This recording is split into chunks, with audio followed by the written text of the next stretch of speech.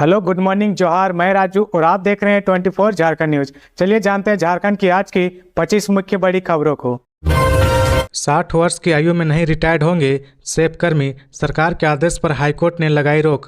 Safe यानी special auxiliary police वर्ग में कार्यरत कर्मी 60 वर्ष की आयु में रिटायर नहीं होंगे। हाईकोर्ट ने राज्य सरकार के उस आदेश पर रोक लगा दी है जिसमें सेफ कर्मियों को 60 साल की आयु में रिटायर्ड करने की बात कही गई थी। बता दें कि राज्य सरकार ने सेफ बटालियन में अनुबंध पर कार्यरत कर्मियों के लिए ये आदेश कुछ महीने पहले जारी किया था। रिटायरमेंट के संबंध में सेफ के डीआईजी ने आदेश जारी किया था। इसके खिलाफ हाईकोर्ट में अपील की गई है। इस मामले में हाईकोर्ट में चमरा मिंज और जगदेव नाग की ओर से हाईकोर्ट में अपील की गई है। अपीलकर्ताओं की ओर से एडवोकेट अपराजिता भारद्वाज ने दलीलें पेश की है। भारद्वाज ने कोर्ट को बताया कि सेफ के डीआईजी ने एक पत्र जारी कर रिटायरमेंट की आयु 60 वर्ष निर्धारित की है। दूसरी ओर समादेष्टा और डीआईजी सेफ ने खुद एक आदेश में कहा कि सेफ कर्मियों का सेवाकाल 62 वर्ष किया जाएगा।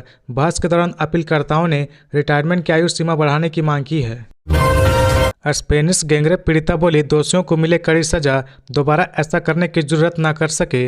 झारखंड के दुमका में स्पेनिश महिला से गैंगरेप के मामले में पुलिस ने सभी 8 आरोपियों को गिरफ्तार कर जेल भेज दिया है। पीड़िता स्पेनिश महिला ने झारखंड पुलिस के त्वरित एक्शन की तारीफ की और इस घटना के जरिए भारत की छवि खराब करने वालों को नसीहत भी दी है। गैंगरेप की पीड़िता स्पेनिश महिला ने कहा कि हर भारतीय ऐसा नहीं है। वो बीते 6 महीने से भारत में है और उनके साथ लोगों ने काफ़ी अच्छा व्यवहार किया है। महिला ने कहा कि मैं इस वारदात के लिए भारतीय लोगों को जिम्मेदार नहीं ठहराऊंगा। वो हमारे साथ काफ़ी अच्छे हैं। पीड़िता ने कहा कि हम लगभग 6 महीने से यहाँ हैं और हमेशा उन्होंने मेरा ध्यान रखा, हमारी मदद की है। उन्होंने कहा कि मेरे साथ गैंगरेप करने वाले अपराधियों को कड़ी सज़ा मिलनी चाहिए ताकि वह किसी और के साथ ऐसा करने की कभी जरूरत न कर सके। ऐसी सज़ा मिलनी चाहिए कि इस तरह की हरकत करने वाले दोबारा सोच ना सके।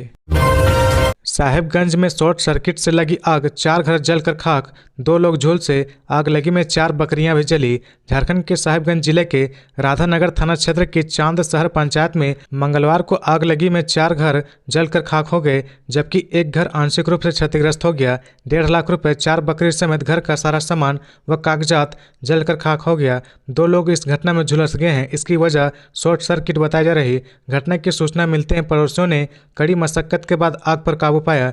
पुलिस भी मौके पर पहुंची और झुलसे हुए लोगों को इलाज के लिए अनुमंडल अस्पताल राजमहल भिजवाया। जानकारी के अनुसार साहिबगंज जिले के राधानगर थाना क्षेत्र की चांद शहर पंचायत अंतर्गत पश्चिम दक्षिण टोला में मंगलवार को शॉर्ट सर्किट से रायजुल शेख के घर में आग लग गई। देखते ही देखते आग ने विकराल रूप धारण कर लिया। इससे पड़ोसी किरामत शेख, सोमू शेख, चंदू शेख के घर को भी आग ने अपनी चपेट में ले लिया। आग लगी में चारों का घर पूरी तरह जलकर खाक हो गया। दुखू शेख का घर आंशिक रूप से जला है। घरों में आग लगने की खबर सुनते हैं ग्रामीणों में अफरा तफरी का माहौल उत्पन्न हो गया। इधर घटना की जानकारी स्थानीय ग्रामीणों ने राधानगर थाना को दी। स्थानीय ग्रामीण तथा परिजनों की मदद से पंप सेट लगाकर कड़ी मशक्कत के बाद किसी तरह आग पर काबू पाया जा सका। घर का सामान बचाने के दौरान 56 वर्षीय कमारत शेख तथा 26 वर्षीय वसीम शेख आग में झुलस गए हैं। जेएसएससी पीजीटी के अभ्यर्थियों ने राज्यभवन के समक्ष शुरू किया अनिश्चितकालीन धरना प्रदर्शन। मंगलवार को जेएसएससी पीजीटी 2023 परीक्षा के अभ्यर्थियों ने राज्यभवन के समक्ष धरना प्रदर्शन किया। इसमें सभी 24 जिलों से सैकड़ों अभ्यर्थी शामिल हुए। इसमें गणित, अर्थशास्त्र, इतिहास, अंग्रेजी, हिंदी, संस्कृत और कॉमर्स के विद्यार्थी शामिल हुए। विद्यार्थियों ने कहा कि आयोग के द्वारा उनके डॉक्यूमेंट का वेरिफिकेशन अब तक नहीं हुआ है। इसके साथ ही 4 विषय में नियुक्ति पत्र देने की तैयारी सरकार द्वारा हो चुकी है। इसमें भौतिकी, रसायन शास्त्र, जीव विज्ञान और भूगोल के लिए नियुक्ति पत्र दिया जाना है। कहा कि एक ही विज्ञापन संख्या के आधार पर 2 बार नियुक्ति पत्र देना कहीं न कहीं से विद्यार्थी के साथ छलावा है। प्रदर्शन में शामिल विद्यार्थियों ने कहा कि 7 विषयों के विद्यार्थी अभी तक कई मंत्री, सत्ता पक्ष के विधायक के साथ मुख्यमंत्री से कई बार मिल चुके हैं, लेकिन अभी तक आश्वासन के सिवा कुछ नहीं मिला। विद्यार्थियों ने कहा कि इसी के विरोध में मंगलवार को राजभवन के समक्ष धरना प्रदर्शन की शुरुआत की गई है। कहा कि हम सरकार से मांग करते हैं कि शेष 7 विषयों का परीक्षा फल अविलंब प्रकाशित किया जाए। परीक्षा परिणाम घोषित नहीं होता तब तक अनिश्चितकालीन धरना प्रदर्शन चलता रहेगा। विद्यार्थियों ने कहा कि इस लोकसभा चुनाव से पहले उनकी मांगे को पूरा किया जाए। 7 मार्च तक विद्युत कर्मियों को नियमित कर समान वेतन दे वरना होगा आंदोलन, संघ का अल्टीमेटम। झारखंड विद्युत कर्मी संघ ने झारखंड ऊर्जा विकास निगम लिमिटेड को चिट्ठी लिखकर 2014 के सर्वे के मुताबिक दैनिक वेतन भोगी कर्मचारियों को नियमित करने, कंपनी की तृतीय और चतुर्थ वर्गीय नौकरियों में आंतरिक बहाली के आधार पर पहले से कार्यरत कंपनियों को बहाल करने, समान कार्य का समान वेतन और पारा शिक्षक को तर्ज पर कार्यकाल की अधिकतम सीमा 60 साल करने की मांग की है। संघ ने चेतावनी दी कि यदि 7 मार्च तक उनकी मांगों पर गंभीरतापूर्वक विचार नहीं किया गया तो वे 10 मार्च से धुरवा स्थित झारखंड बिजली वितरण निगम लिमिटेड मुख्यालय के समकक्ष धरना प्रदर्शन करेंगे। संघ का तर्क है कि कर्मी जोखिम भरी परिस्थितियों में काम करते हैं। संघ ने लिखा कि झारखंड ऊर्जा विकास निगम लिमिटेड के अंतर्गत अनुषंगी कंपनियों में कार्यरत दैनिक वेतन भोगी कर्मी 12-15 सालों से झारखंड विद्युत वितरण संचरण एवं उत्पादन कंपनियों में अपनी जान जोखिम में डालकर दिन रात सेवा देते आ रहे हैं। कई कर्मियों की दुर्घटना में मृत्यु हो जाती है। कई कर्मी हाथ पांव गंवाकर जीवन भर के लिए दिव्यांग हो गए, लेकिन कोई सुध नहीं लेता। संघ की शिकायत है कि दैनिक वेतनभोगी कर्मचारियों को वर्ष 2017 से आउटसोर्सिंग पर डालकर एजेंसी द्वारा शोषण किया जा रहा है। खबरों में आगे बढ़ने से पहले अगर अभी तक आपने इस चैनल को सब्सक्राइब नहीं किया तो प्लीज सब्सक्राइब कर ले, जिससे झारखंड की हर छोटी सी बड़ी खबर की अपडेट आप तक पहुंचता रहे। स्टूडेंट फेडरेशन ने कहा एसटी, एससी और ओबीसी छात्रों को नहीं मिल रही स्कॉलरशिप की राशि, राज्यपाल से गुहार। ऑल इंडिया स्टूडेंट फेडरेशन के झारखंड राज्य कार्यकारिणी सदस्य अफजल दुरानी ने राज्यपाल को पत्र लिखकर कहा कि बोकारो जिले के सैकड़ों छात्रों को ई कल्याण छात्रवृत्ति की राशि नहीं मिली है। छात्रों को महीनों पहले ये राशि मिल जाना चाहिए था, लेकिन इसे अब तक उपलब्ध नहीं कराया गया है। कहा कि कल्याण विभाग के द्वारा फिर से 2023-24 छात्रवृत्ति के लिए फॉर्म निकाल दिया गया है, लेकिन पिछले वित्तीय वर्ष की राशि अब तक नहीं मिली है। अफजल दुर्रानी ने कहा कि बोकारो जिला कल्याण विभाग हर वर्ष इसी तरह से लापरवाही बरतता है। छात्रों की ओर से फॉर्म भरने की सारी प्रक्रिया पूरी होने के बावजूद सैकड़ों छात्रों की छात्रवृत्ति रोक दी जाती है। दुर्रानी ने यह भी कहा कि वर्ष 2021-22 की छात्रवृत्ति राशि भी कई छात्रों को नहीं मिली है। इससे छात्रों में आक्रोश पनप रहा है। बता दें कि ई कल्याण छात्रवृत्ति एसटी, एससी और ओबीसी समुदाय से आने वाले गरीब वर्ग के छात्रों को उपलब्ध कराई जाती है। बड़ी संख्या में छात्र छात्रवृत्ति की राशि पर निर्भर रहते हैं, इसी से अपनी कॉलेज फीस जमा करने का काम करते हैं। ऐसी स्थिति में छात्रों को छात्रवृत्ति से वंचित रखने से छात्रों को आर्थिक कठिनाइयों का सामना करना पड़ता है। गोड्डा के महागामा को 448 करोड़ की विकास योजनाओं की सौगात, मंत्री आलमगीर आलम व बन्ना गुप्ता ने 64 को दिए नियुक्ति पत्र। झारखंड के गोड्डा जिले के महागामा को 448 करोड़ की विकास योजनाओं की सौगात दी गई है। ग्रामीण विकास मंत्री आलमगीर आलम व मंत्री बन्ना गुप्ता ने 300 बेड वाले अस्पताल का शिलान्यास किया। इस दौरान उन्होंने 83 करोड़ की शहरी जलापूर्ति योजना का भी शिलान्यास किया। मंत्रियों ने कहा कि महागामा विधायक दीपिका पांडे सिंह के प्रयास से इलाके में अस्पताल का निर्माण किया जाएगा। इसका लाभ स्थानीय लोगों को मिलेगा, उन्हें स्वास्थ्य संबंधी सुविधाएं यहां मिल सकेगी। इस मौके पर स्थानीय विधायक दीपिका पांडे सिंह समेत अन्य पदाधिकारी उपस्थित थे। गोड्डा के महागामा के राजेंद्र स्टेडियम में मंत्री आलमगीर आलम व स्वास्थ्य मंत्री बन्ना गुप्ता ने 365 करोड़ की राशि से बनने वाले अस्पताल व 83 करोड़ की लागत से शहरी जलापूर्ति योजना का शिलान्यास किया। इस दौरान 64 के बीच नियुक्ति पत्र अबुआ आवास के इस दौरान 64 के बीच नियुक्ति पत्र अबुआ आवास के अलावा अन्य परिसंपत्तियों का वितरण किया गया। झारखंड के ग्रामीण विकास मंत्री आलमगीर आलम ने योजनाओं का उद्घाटन, शिलान्यास व परिसंपत्तियों का वितरण कार्यक्रम को संबोधित किया। उन्होंने कहा कि यह कार्य महागामा विधायक दीपिका पांडे सिंह के प्रयास से संपन्न हुआ है। इसमें इनका बड़ा योगदान है। वे इसके लिए काफी समय से प्रयासरत थी। इन योजनाओं का लाभ यहाँ के लोगों को मिलेगा। झारखंड के स्वास्थ्य मंत्री बन्ना गुप्ता ने कहा कि महागामा विधायक दीपिका पांडे सिंह अस्पताल निर्माण के लिए लगातार प्रयासरत थी। इस कारण आज इतने बड़े अस्पताल के निर्माण की राह प्रशस्त हो सकी है। इनके प्रयास से और भी अन्य बड़ी योजनाओं को धरातल पर उतारा जा रहा है। उन्होंने कहा कि महागामा विधायक लगातार क्षेत्र के विकास के लिए तत्पर रहती है। वह चाहे किसान, युवा या फिर अन्य कोई मुद्दे हो, वह हर समय सड़क से लेकर विधानसभा तक मुकर रहती है। गुलाम अहमद मीर ने कहा पिछले चुनाव में बीजेपी को सिर्फ 38% और इंडिया गठबंधन को 62% वोट मिले। लोकसभा समन्वय समिति की बैठक में झारखंड प्रदेश प्रभारी गुलाम अहमद मीर ने कहा कि पिछले चुनाव में बीजेपी को सिर्फ 38% और इंडिया गठबंधन को 62% वोट मिले। इसी तथ्य से बीजेपी के जनाधार को समझ लेना चाहिए। बता दें कि यह बैठक फेलिसिटी बैंक्वेट बड़ा घाघरा डोरांडा रांची में आयोजित की गई है। बैठक की अध्यक्षता प्रदेश अध्यक्ष राजेश ठाकुर ने की। उन्होंने कार्यकर्ताओं से कहा कि बूथ का प्रबंधन हर हाल में मजबूत होना चाहिए। वहीं सभा का संचालन रांची जिला अध्यक्ष डॉक्टर राकेश किरण महतो ने किया। विशेष प्रवेश प्रदेश कांग्रेस कमेटी के संगठन महासचिव अमूल्य नीरज खालको ने कराया। बैठक में रांची लोकसभा अंतर्गत आने वाले सभी प्रखंड एवं मंडल अध्यक्ष और काफी संख्या में कांग्रेस पार्टी के नेता व कार्यकर्ता मौजूद रहे। गुलाम अहमद मीर साहब ने कार्यकर्ताओं में जोश भरा और बताया कि लोकसभा के प्रत्याशियों के चुनाव में मूलवासी युवा चेहरा, महिला और अनुभवी वरिष्ठ कांग्रेस जनों को ध्यान में रखा जाना चाहिए। मीर ने कार्यकर्ताओं को उत्साह बढ़ाते हुए कहा कि अगर आप ठान ले तो बीजेपी को उखाड़ फेंकेंगे, क्योंकि आप उनसे कहीं ज्यादा मजबूत है। पूर्व केंद्रीय मंत्री सुबोध कांत साहे ने कहा कि पार्टी जिस किसी को उम्मीदवार बनाती है उसे जीत दिलाने के लिए मैं अपनी भूमिका निभाऊंगा। प्रदेश कार्यकारी अध्यक्ष बंधु तिर्की ने कहा कि बीजेपी सरकार आदिवासी विरोधी होने के साथ साथ जल, जंगल और जमीन को अडानी के हाथों में सौंपने की तैयारी में है। बंधु तिर्की ने बीजेपी को जड़ से उखाड़ फेंकने का आह्वान किया है।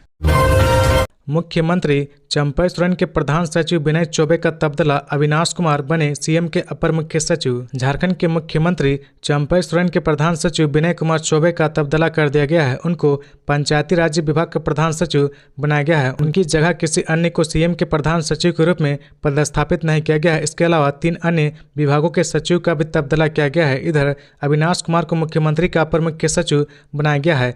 मुख्यमंत्री के सचिव पद पर पदस्थापित आरवा राजकमल को गृह सचिव व अतिरिक्त प्रभार दिया गया है। कार्मिक विभाग ने इससे संबंधित अधिसूचना मंगलवार को जारी कर दी है।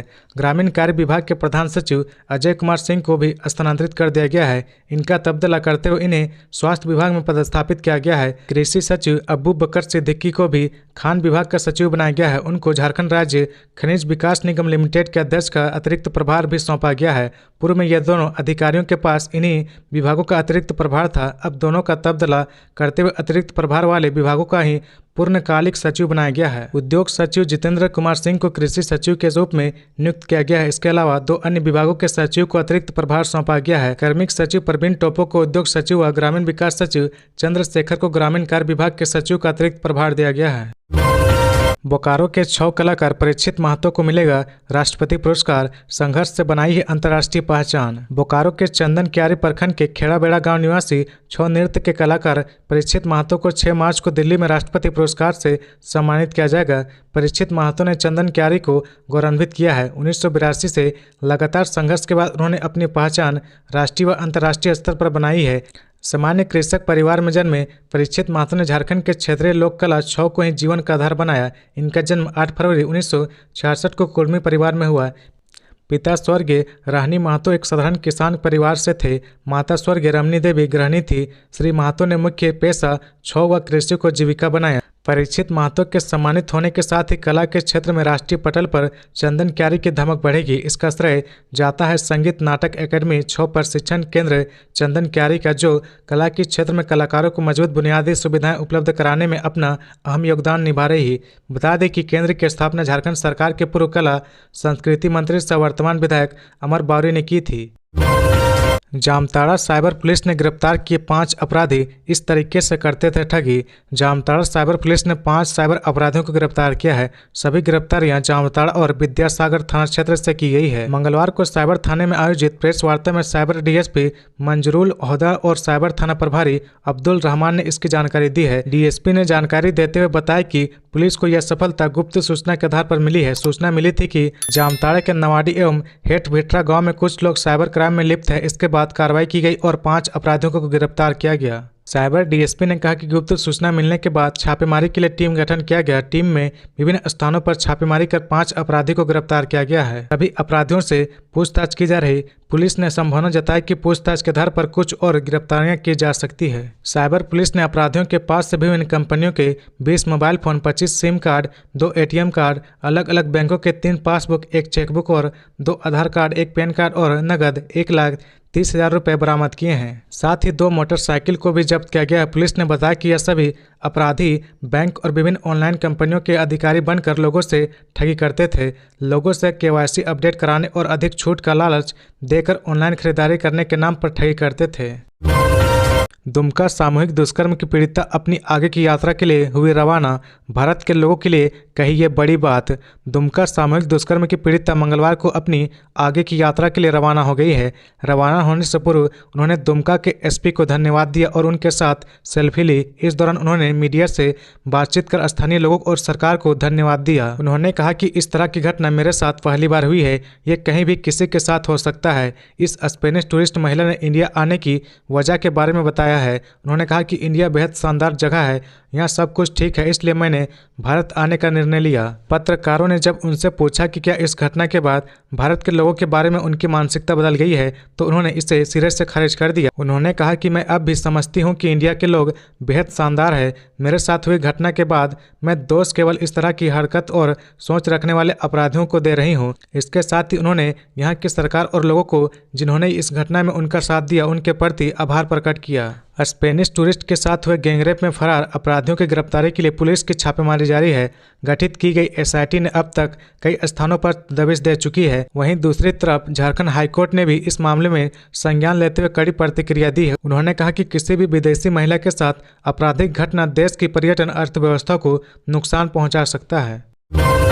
सड़क पार कर रहे युवक को ट्रक ने रौंदा, मौत से आक्रोशित लोगों ने किया रोड जाम। झारखंड के धनबाद जिले के तोपचांची थाना क्षेत्र के जीटी रोड सुभाष चौक के पास मंगलवार की सुबह 8 बजे सड़क पार कर रहे राजमिस्त्री 36 वर्षीय पुन्नू महतो की मौत ट्रक की चपेट में आने से घटनास्थल पर ही हो गई। वह तोपचांची रंगरी टांड स्थित बुच्चा कुली का रहने वाला था। सड़क हादसे के बाद आक्रोशित लोगों ने जीटी रोड को जाम कर दिया। 4 घंटे के बाद अंचल अधिकारी व पुलिस की पहल पर जाम हटाया गया। दोपहर को पुलिस ने शव उठाकर पोस्टमार्टम के लिए भेज दिया।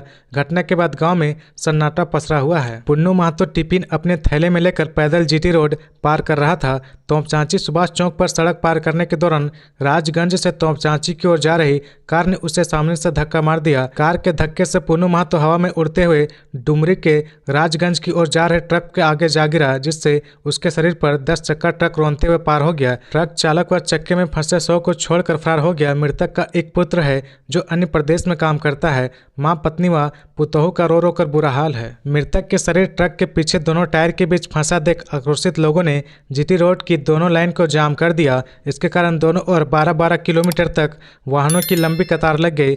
वाहनों का परिचालन बंद हो गया। ग्रामीणों ने तोपचांची बाजार में फुट ओवरब्रिज का निर्माण 6 लेन पर टेम्पो खड़ा करने पर मना किए जाने, सर्विस रोड को खाली कराने व मुआवजा राशि देने की मांग कर रहे थे। इसी बीच सीओ डॉक्टर संजय कुमार सिंह, थानेदार संजय सिंह ने तोपचांची चौक पर तुरंत दोनों ओर बैरिकेडिंग लगवा दी। अन्य मांगों को भी पूरा करने का आश्वासन दिया। अवैध शराब भट्टी में पुलिस ने मारा छापा। 2000 लीटर जावा महुआ और 150 लीटर देसी शराब किया गया नष्ट। गिरिडीह में गांवा थाना पुलिस ने अवैध शराब भट्टी संचालन के विरुद्ध छापेमारी की। गांवा थानेदार महेश चंद्रा ने प्रखंड के डूमर झारा जंगल में अवैध रूप से चल रहे शराब भट्टी में छापेमारी कर भारी मात्रा में जावा महुआ और शराब को नष्ट किया गया है। थानेदार ने यहां वन विभाग और पुलिस जवानों के सहयोग से 2000 लीटर जावा महुआ एवं 150 लीटर देसी शराब को नष्ट किया है। मौके पर वहीं अवैध शराब भट्टी को भी ध्वस्त कर दिया गया है। शराब बनाने वाले कई उपकरण को भी तोड़फोड़ कर ध्वस्त कर दिया गया है। सुदूरवर्ती जंगल में अवैध शराब भट्टी का संचालन किया जा रहा है। सूचना के आधार पर वन विभाग के साथ छापेमारी की गई। मामले में भट्टी संचालन पर प्राथमिकी दर्ज कर अग्रेतर कार्रवाई की जा रही है। इंटरनेशनल मेगा ट्रेड फेयर में दुबई, थाईलैंड, ईरान और अफगानिस्तान के स्टॉल का लोग उठा रहे लुत्फ। मोहराबादी मैदान में चल रहे India international mega trade fair के चौथे दिन मंगलवार को लोगों की भीड़ खरीदारी करने के लिए पहुंची। ट्रेड फेयर में Dubai, Thailand, Iran, Afghanistan, Bangladesh, तुर्की और मलेशिया समेत 12 देशों के स्टॉल लगे हुए हैं। यहाँ पर तरह तरह के उत्पादों का प्रदर्शन किया गया। एक ही प्लेटफॉर्म के नीचे हर आयु वर्ग के लिए उत्पाद उपलब्ध होने के चलते शहरवासी चीजें खरीदने में मशगूल रहे, साथ ही मनोरंजन का भी लुत्फ उठाया। स्टॉल धारकों के मुताबिक सबसे अधिक बिक्री खाने पीने की चीजों की और लाइफ स्टाइल की वस्तुओं की हुई। फेयर में गारमेंट्स, पंजाबी और राजस्थानी जूती, क्रॉकरी और घर की सजावट के सामान वाले स्टॉल पर खूब रौनक रही। झारखंड सरकार के मंत्री सत्यानंद भोक्ता मंगलवार की शाम मेगा ट्रेड फेयर का भ्रमण किया। झारखंड चैम्बर और जीएस मार्केटिंग के पदाधिकारी ने उनका स्वागत किया। मंत्री ने विभिन्न स्टॉलों का भ्रमण कर उत्पादों की जानकारी ली। मौके पर उन्होंने चैम्बर के प्रयासों की सराहना की। इस अवसर पर महासचिव प्रेस गट्टानी, उपाध्यक्ष राहुल साहू, आदित्य मल्होत्रा, कोषाध्यक्ष ज्योति कुमारी, प्रवक्ता विकास विजयवर्गीय, संजय अखोरी, कुणाल विजयवर्गीय, सुनील गुप्ता समेत अन्य लोग मौजूद थे। गढ़वा में पटना की महिला के साथ दुष्कर्म, कर्ज वापस देने के बहाने बुलाया गया था। झारखंड के गढ़वा में पटना की रहने वाली एक महिला के साथ दुष्कर्म हुआ है। महिला को मारने की भी कोशिश की गई थी, लेकिन उसने साहस दिखाते हुए अपनी जान बचा ली। पीड़िता ने 100 नंबर पर डायल कर पुलिस को खबर की। पुलिस पहुंची और महिला को बचा लिया गया। आरोपी को गिरफ्तार कर लिया गया है। बताया जा रहा है कि पटना के रहने वाले एक युवक और गढ़वा के बंशीधर नगर के रहने वाले जहारुद्दीन अंसारी गुजरात की एक फैक्ट्री में साथ काम करते थे। पीड़िता के पति ने जहारुद्दीन अंसारी को 45,000 रुपये कर्ज दिया था। जहारुद्दीन अंसारी कर्ज लेने के बाद गढ़वा आ गया था। जहारुद्दीन ने कर्ज वापस करने के बहाने महिला को गढ़वा बुलाया। महिला पटना से ट्रेन से बंशीधर नगर पहुंची। वहां पहुंचने के बाद उसने जहारुद्दीन को फ़ोन किया। जहारुद्दीन ने महिला को यह कहा कि वह घर पर पैसे वापस करेगा। अपने घर ले जाने के क्रम में बेल पहाड़ी के इलाके में जहारुद्दीन ने महिला के साथ दुष्कर्म किया। महिला किसी तरह वहां से बचकर निकली और पुलिस को खबर किया। पीड़िता महिला को इलाज के लिए पुलिस ने बंशीधर नगर अनुमंडलीय अस्पताल में भर्ती करवाया है, जहां महिला ने अपने साथ हुई पूरी घटना की जानकारी पुलिस को दी। इस घटना की जानकारी मिलने के बाद पुलिस ने तत्परता के साथ कार्रवाई करते हुए आरोपी को गिरफ्तार कर लिया है। तो ये थी आज की झारखंड की टॉप बड़ी खबरें। इसी तरह झारखंड की हर छोटी सी बड़ी खबर देखने के लिए आप हमारे चैनल 24 झारखंड न्यूज को सब्सक्राइब करके बेल आइकन प्रेस कर ले, जिससे झारखंड की हर छोटी सी बड़ी खबर की अपडेट आप तक पहुंचता रहे। तो आज के लिए बस इतना ही। हमें दीजिए इजाजत, फिर मिलते हैं नेक्स्ट न्यूज में।